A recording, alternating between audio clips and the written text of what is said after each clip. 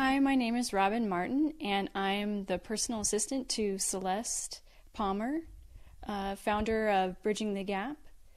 And Celeste is, I've already introduced her, but she is the founder of Bridging the Gap, which is a nonprofit organization that helps brain injury survivors find their way back to a normal life.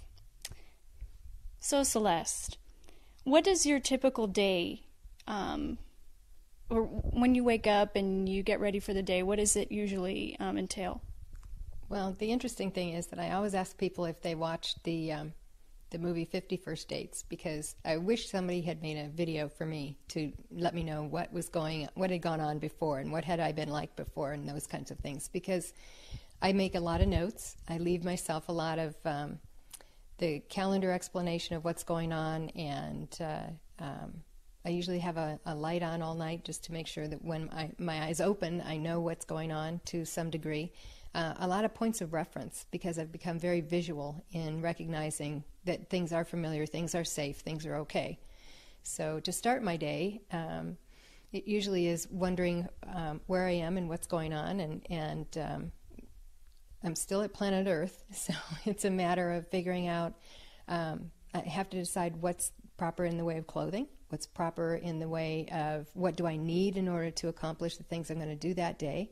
So there's a lot of staging that goes on and putting the things together that I'll need for the day. So it's complicated. I think everybody's day is.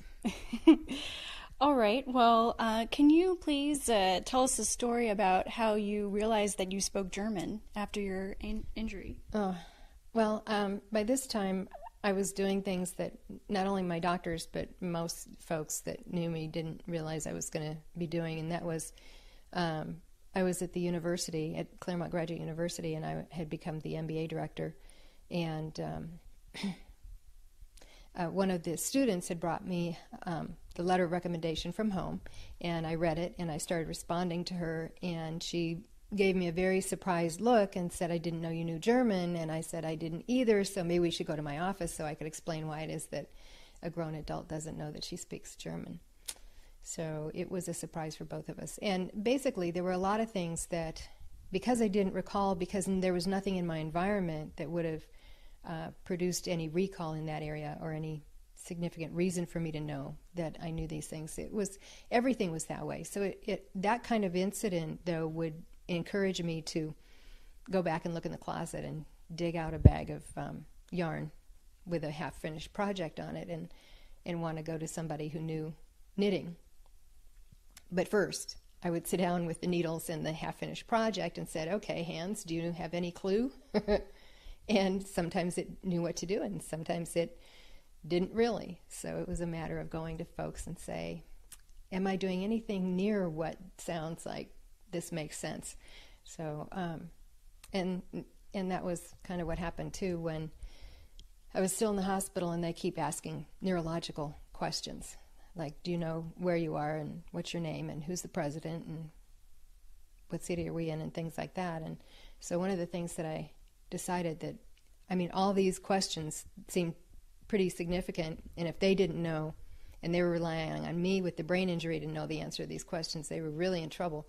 So I finally figured out that I was there for a double hand transplant, because these hands were too old for me, so I must be there for a double hand transplant. It was, I think that's how the brain works. It's trying to figure out what happened without the memories, and it's trying to get all those synapses back together again. And so if the synapses are happy and working, and then something happens, like a brain shear, and they get off track, then they try to find another way to do it. And sometimes those don't connect in quite the way they used to, so it comes up with interesting justifications or reasons why, with different connectivity. So some things work like they used to, and some things work in a whole new and interesting way. Alrighty. So in any person's life, we always come across a lot of different people, and people that we personalities are the same, those that we are very polar opposite of. Now, after your brain injury, how did you learn to decipher who was there on your side and who maybe was not? The hard way, like everybody. I think it was best described to me, though, by a fellow who was coming back from having gone to Australia for the Olympics to watch his daughter, and he was coming back through LAX and found that he thought they were all his friends there to say, hello, glad you came home finally out of the hospital, could come home, after a car accident in Australia during the time he was there. And so when he got back here and all of these people were greeting him, then finally he realized that every one of them had a microphone in his face. And so they weren't people he knew and that really cared about him. So I think that describes a little bit of trying to understand, who's a friend and who isn't, and how much of a friend are they and how not. And sometimes there are people around that it's hard to tell. It is hard to tell. And I'd like to say that everybody has been just really spectacular and supportive and everything. But I think because there's a group of us that meet that have had brain injury of one kind or another, and we all look fine on the outside, and if you look fine on the outside, people assume everything's functioning correctly in every way, even though we know we're having difficulties and could use some help. So that seems to be one of the more frustrating areas, is when you look fine and don't always have the questions to ask for what kind of help you need, but things aren't always working properly. So it's difficult to say who's safe until you get into a situation, and then you try and learn from that onto the next situation. And it's not just people; it's situations. Things it's okay for me to do on my own, and things it's not so safe to do. Climbing ladders, I found, is a danger.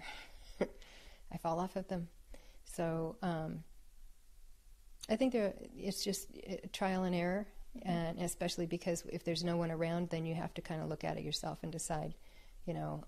But be more and more aware. So I think the really serious thing from your question that I think I would want other people to understand is be very, very careful and very, very aware. And with a brain injury, you have to be more on your toes, more aware.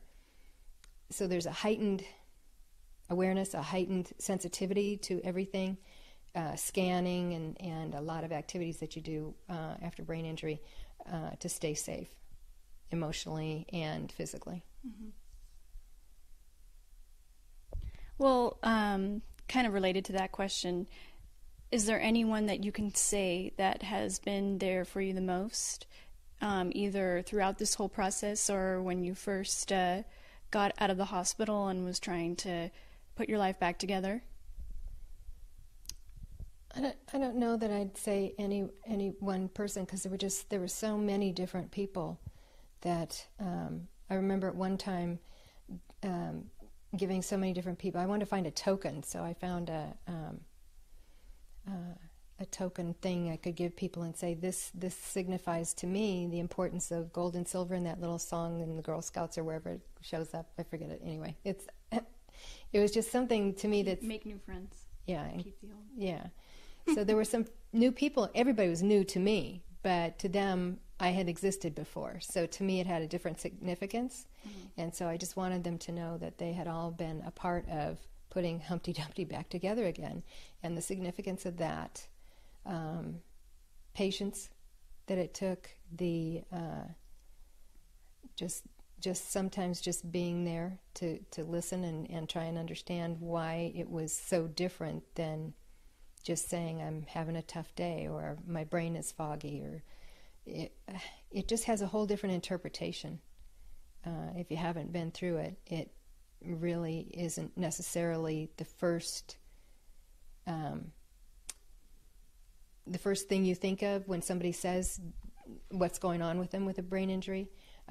Isn't necessarily what that person really means. So you sometimes have to dig a little deeper to understand all the different nuances of a certain kind of lighting has noises and frequencies in it that really is disturbing, and people don't think of those things, but we're finding that there are just so many different things that with a brain injury need to be a little more cautious of.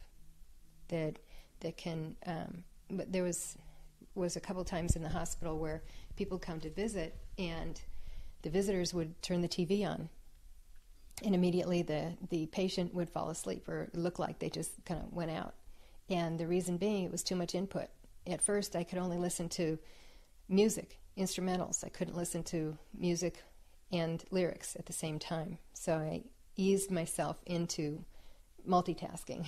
So when they say that they've discovered that multitasking is not necessarily a good trait, I understand that a lot better now than I might have before, because I think I was a huge multitasker before. So taking things one at a time, and taking that time to really spend with that one thing, and appreciating it and learning it and seeing the significance of it, or even in a conversation with somebody, especially in a conversation with somebody, and really hearing what they're saying rather than thinking you hear what they say. So it's an interesting world. Well, thank you.